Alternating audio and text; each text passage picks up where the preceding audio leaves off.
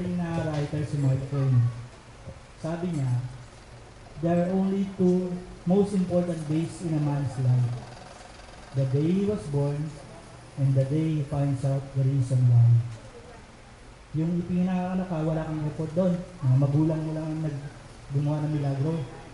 Pero in finding the reason why, doon nauubos ang buong buhay natin.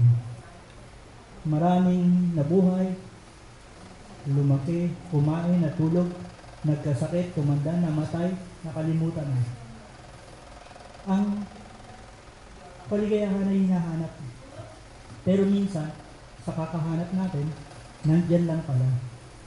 Nandito nandito. Kaya pag nahanap mo na, huwag mo nang pakawalan. Merong mga tao na they dedicate themselves to profound causes. Mga pare, hindi nag-aasawa.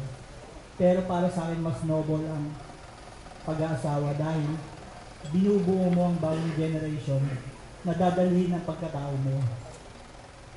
Ikaw, Les, ikaw, John, pinili niyo yan. Please, pangatawanan niyo.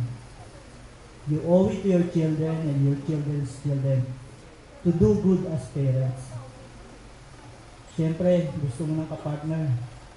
Ang lugaw, hindi masarap yan pagka walang tokwa. Ang tokwa, hindi masarap pag walang sausawan. Ang sausawan, hindi masarap pag walang sili. Wala nang katapusan yung kwento ko. Kakakain ko lang, ginugutom na naman ako. But, you got my drift. Alam niyo yan, matalino kayong dalawa, malalaki na kayo. Do well. Do well. Because, ang dami yung i-disappoint ng mga taong nagmamahal sa inyo at nagbigay ng oras para sa panahon nito. Tayong lahat naman, let's appreciate this moment na binigyan tayo ng pagkakataon na maging part ng pinaka-importanting pangyayari sa buhay nilang dalawa. So I wish you well, a long and full life and a house full of kids. Salamat for inviting us.